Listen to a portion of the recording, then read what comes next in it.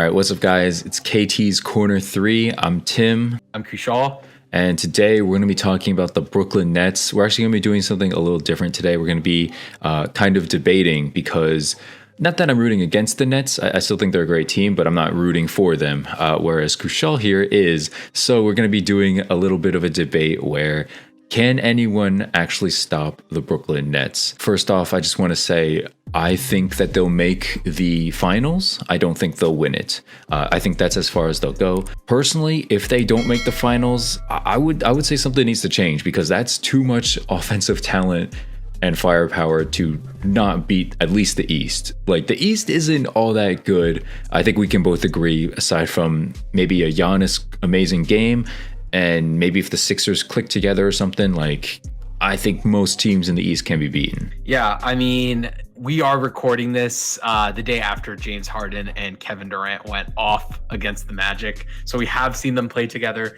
Obviously, Kyrie Irving still has not shown up. We hope he's back tomorrow when they play the Bucks. But listen, after watching one game of Kevin Durant and Kyrie Irving, I think it's safe to say that the NBA should be scared. After seeing one game of James Harden and Kevin Durant playing together, the NBA should be terrified. These guys haven't even practiced together, and they both put up 30 plus points, with Harden putting up a triple double and KD putting up 42 and beating the Magic. Once these guys get gelling and play together even more, I don't think there's a team that's more talented and can beat these guys. Okay, that's fair. I will rebuttal. I will say that they only won by 7. And going along with that, they did give up 115 points to the Magic, which is quite a lot. And I don't know if you guys seen the first video we put up on this channel about Harden and the Nets. One of my biggest things for concern for the Nets was defense. Like, can they put a hold on people with multiple threats? Can you stop big men, right? Like, who's their big man? DeAndre. Can he stop Jokic, an Embiid? I don't know. They don't have Allen anymore. I was a big fan of Allen. Can they stop anyone guard-wise? Can Kyrie put the clamps on people? I know Harden can kind of. Durant's obviously no one not to be slept on defensively, but 115 points for the Magic. I know it's one game. You know, you can't quantify everything based on one game, but I would say that's a cause for concern at the moment. Yeah, I mean, for sure. The first part, I'm exaggerating because I'm a Nets fan. I'm excited, but to be real, yeah, the defense is definitely a concern, especially at the big man position. I am hoping they can, get a big man via free agency, or someone gets bought out and they want to win the title, so they come to the Nets. Hoping for JaVale McGee. I'm looking at you. I love him on the Nets. But in all seriousness, listen, the Nets defense obviously isn't ideal. But I'm just pulling up some statistics right now on the season, and offense in general. I don't know if it's because of the short turnaround from the bubble, or just with COVID, or whatever's going on in the world. Defense is down around the league. The Sixers, who are thought of as a great team, a very good defensive team, are also giving up 110 points per game. The Nets are giving up 113, but Boston, another team that's regarded as a good defensive team, is also giving up 110 points per game. So I think defense is down around the league. I will say the Lakers, who are, the team that everyone's picking to win the championship and to beat the Nets this year, are a very good defensive team. They're giving up about 104. I certainly think that the Nets do need to improve that defense if they hope to beat the Lakers in the finals. Right. Do you think, as currently constructed, I mean, obviously we haven't seen Kyrie yet, but do you think with the addition of Kyrie, and assuming LA and the Nets don't get any other acquisitions, which is doubtful, but let's just assume, do you think, as currently constructed, who wins in a best of 7? So it's tough because I know you said as constructed, but the Nets now from the trade have 3 open roster spots. So they're playing kind of undermanned. And their backup big man is hurt. So they're playing Jeff Green as the backup center right now. So they certainly need another 7-footer. Vucevic on the Magic destroyed the Nets on the board yesterday, even with DeAndre on the floor. But without him, there's just no one on the floor because Kevin Durant's the only 7-footer other than DeAndre on the team. But listen, as currently constructed, it's super close. I will say that I think the Nets are more talented. So I do believe that they'll win in 7. But honestly, they do need, to pick up some defenders and some backup big men, because if they don't, then I think the Lakers can certainly beat them. But for right now, I'm going to stick with my team. I do think Brooklyn has the most talent. I do have, hope that James Harden is coming here hungry for a title. So I do think they will win the championship. That's fair enough. I'm a LeBron fan, for people who don't know. So I'm obviously rooting for the Lakers this year. I think chemistry wise, I don't know. I don't see it gelling, honestly. I feel like Harden and Kevin Durant will be fine. And they've kind of proven it so far in their first game. They've played together in the past.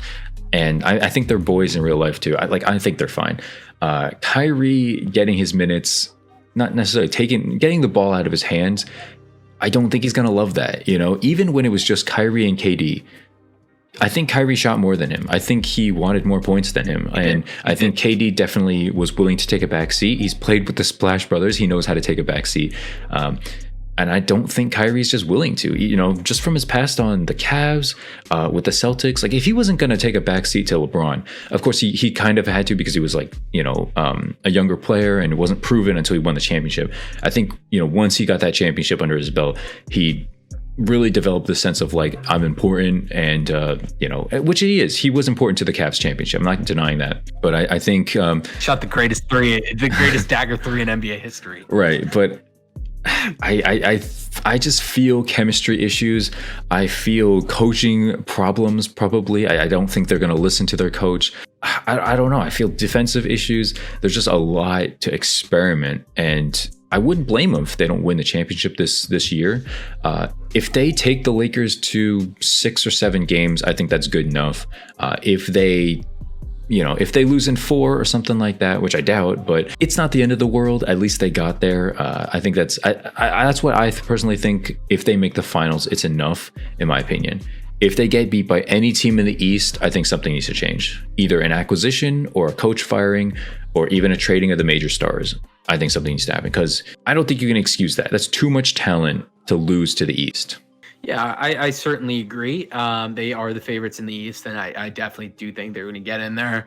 Milwaukee looks really good right now. Boston looks really good, but I think Brooklyn has more talent. I do think, that I do expect a title. I obviously understand it's their first year together, so if they lose in the finals, it's not the end of the world. But I do think this group's going to gel. I mean, KD and Harden certainly work together, and I know it was against the Magic and not the Lakers, but they looked, certainly comfortable on the court. Harden had 9 turnovers, but I think that'll improve as time comes. I'm just hoping that, I know Kyrie was, left Cavs because he wanted his own team, but I'm hoping, he's learned from his experiences. He's more friends with, Durant and Harden than maybe he was with LeBron. So he is willing to accept that. And I think if Nash needs to divide the minutes, right? They all need to start together, but some of them need to play with the bench, the second units. Some of them need to play with the starters. You need to spread out these 3 stars so they all have time to handle the ball and really have their own time to shine. And I think Nash will do that. And if he doesn't, we'll see in the offseason. But I think with coaching, I do have hope that this chemistry experiment, which it is, can come through. But I definitely realize that defensive liabilities are certainly there right now. Interesting would be a purposeful load management. You could easily just rest one of the 3, have the other 2 go off. The next game, rest another one. And, assuming the league doesn't stop it, especially like I'm looking at you, Kawhi, assuming the league doesn't stop it, they could easily get away with it and be very prepped for the playoffs. A concern about that would just be they don't have the, built chemistry if they're taking days off, not playing with each other. But the rest and just, being able to play with their bench, like you said, to develop, other chemistry with players, is pretty useful. I want them to play together, though. I don't really care about getting the number 1 seed in the regular season. I'm okay with playing the 3, taking your hiccups in the regular season, maybe even being a 4 seed. Remember 2018 with the Cavs? They coasted in the regular season. I think they were a 4 seed going into the playoffs. And then in the playoffs, LeBron turned it on. I'm hoping for the same scenario here. Even if the Nets end up being like a 5 seed, which they are right now, I believe, and I think they will finish higher than that. Even if they do, end up being a 5 seed by having hiccups in the regular season, I do expect them to turn it on. So I'd rather them just play together, take the lumps, take the losses, try to figure it out, and really turn it on and turn on the switch when we get into the playoffs. Which teams in the entire league do you think stand a chance of beating them in a best of 7? So I'll let you think about it while I go first. I would say the Lakers. I would say Nuggets, potentially. I would say the Nuggets do. That might be a surprise. And for the East, honestly, maybe the Bucks. Honestly, maybe the Bucks. It's a stretch. It's a maybe. But those three probably. I don't see the Heat getting lucky again. It wasn't luck not last year necessarily, but they don't have the firepower. I think you need good defense, and the three I mentioned are decent enough at defense to stop this group. Yeah, one more time. I just need the three again. I would say the Lakers, the Nuggets, and the Bucks. I think that's certainly fair. All have big men, which is definitely a weakness of the Nets on defense. Teams I think that could beat the Nets, definitely Milwaukee. With their defense, I think they're the best defensive team in the East. I know right now they're giving up about 110. I think that will decrease as time goes on. They will be the best defensive team. Right now it's the Knicks. Not that that's important, but right now the best defensive team in terms of opposing points per game right now are the Knicks, and I don't think that'll last. Actually, rather the Cavs. But besides the point, so I think the Bucks. I think the Celtics in a world could, if the Nets have chemistry issues. I do see the Sixers with Embiid just dominating. I think the Nets beat the Sixers, but they have a chance with Embiid. And then Lakers and Clippers. So I say Bucks, to summarize, Bucks, Celtics, Sixers, Lakers, Clippers are the 5 teams I think have a chance. The Nuggets, while I deeply respect them, I don't think there's enough firepower there, and they themselves have defensive liabilities. So I think in a 7-game shootout series in the finals, the Nets would beat them. That's fair. I picked teams with really good big men who can put the clamps on you and who have decent coaching. Those are the biggest things, because coaching matters in playoffs the most. Obviously, rebound matters the most also, and obviously defense. So, I mean, I'm okay with your picks too. I guess that answers the question: can anyone beat the Brooklyn Nets in a playoff series? But it's going to be an interesting year with this Harden acquisition. So I'm looking forward to it. Yeah, absolutely. And I can't wait to talk more about the Nets. I think they're going to be the team that everyone's looking at. Everyone's rooting to fail.